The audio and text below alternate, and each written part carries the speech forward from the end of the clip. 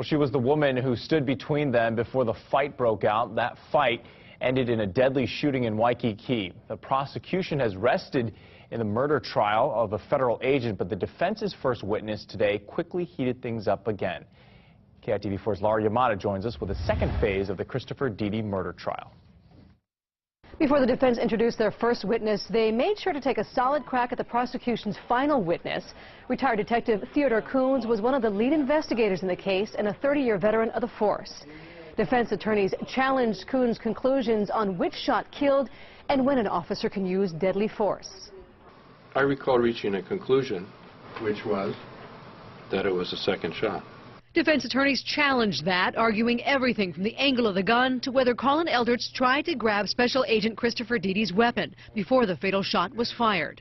I think we need to look at the totality of the circumstances and everything that we have in this case. At one point, defense attorneys moved to acquit Dede on the murder charge, arguing the video proves Eldredge was the aggressor, which they say shows Dede consistently using proper training tactics to avoid a confrontation. It was a motion denied by Judge Karen Ahn. Detective Coons also refusing to be pinned down on whether, in this case, deadly force was justified. Each situation is different, but you have to be justified in each situation. But then Day 15 turned to the defense's first witness, Jessica West, who was with Dede and her boyfriend Adam Gutowski the entire night. She says despite the trio hitting several bars, she did not believe Dede was drunk. It was perfectly normal, calm.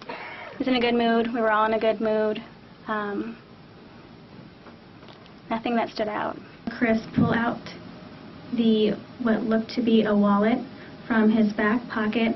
West says she saw Dede show Eldredge something in his wallet, something she says that upset Eldredge.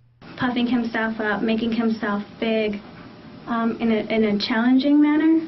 West says she watched as Eldredge hit Gutowski, then she says Medeiros jumped in, leading to that fight that ended in shots fired. Both Colin and Shane are beating on Adam, beating, kicking. He's on the ground. He can't do anything. He's not capable. Judge Ahn quickly struck that testimony, with the prosecution arguing who's to say whether West could have fought back. So as powerful as that was, it's not something the jury can take into account.